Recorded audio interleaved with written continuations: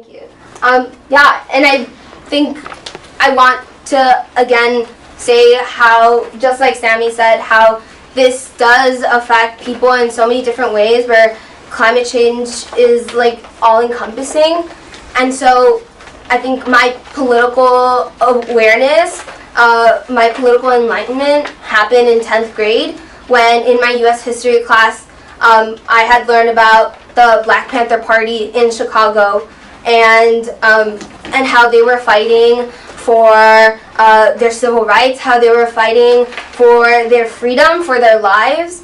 And I felt really empowered, but then thinking about how the government there were government officials, there were people actively fighting against the Black Panther Party. And so that's when I really was aware of racism, of other things affecting me, that I had known racism was a thing, but I hadn't known that it was actually happening in Chicago in my home.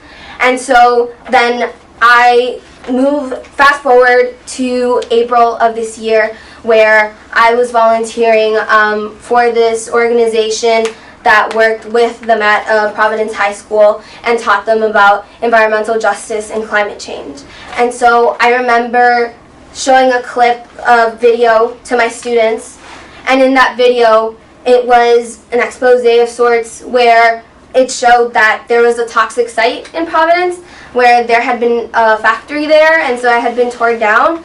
And so school officials, knowing that it was a toxic site, built a school on top of it, and lo and behold, unsurprisingly, it was low-income communities of color, students of color, that had to attend that school. And so after a few years, there was a correlation with the students attending that school and an increase in asthma. And so then after showing that clip to my students, one of them said, why would they do that? Why would they knowingly build a school on top? And so I was the one that had to tell her that there were people working against her, against us, against communities of color, low-income communities. And so it was so heartbreaking that I had to be the one to tell her that I had to take away this ignorance of sorts from her. But then it was also so empowering for her and for me, because she knew that the school officials had done this for a reason, that there was a reason why communities of color and low-income communities were attending these schools and why they were being affected, why they had higher asthma rates.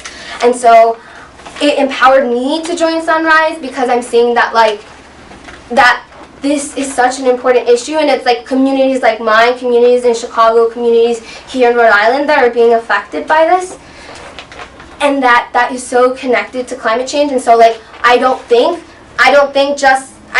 that there's enough representation. I don't think, the Democratic Party, it's a party of all the people. It represents all of us. That's what they claim it to be. That's what they want it to be, but it's not. And we constantly see how communities of color, how frontline communities are being left behind. And so I'm here because it's not only about climate change. It's about racism, and it's about the people who look like me, and they're always left behind. And so that's why we're here, because we need those words, because the DNC, because the Democratic Party does hold power, because their words, we need your words to be able to convey our grief, our sadness, how concerned we are about the climate crisis.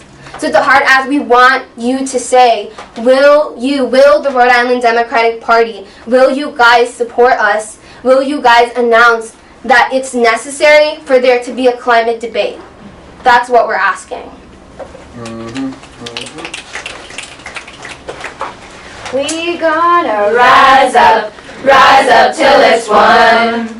We gonna rise up till it's won. When the people rise up, the powers come down. When the people rise up, the powers come down. They try to stop us, but we keep coming back.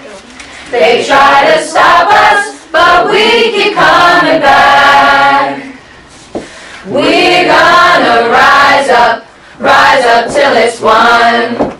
We're gonna rise up till it's won. When the people rise up, the powers come down.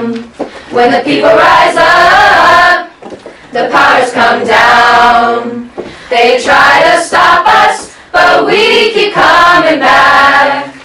They try to stop us, but we keep coming back. They try to stop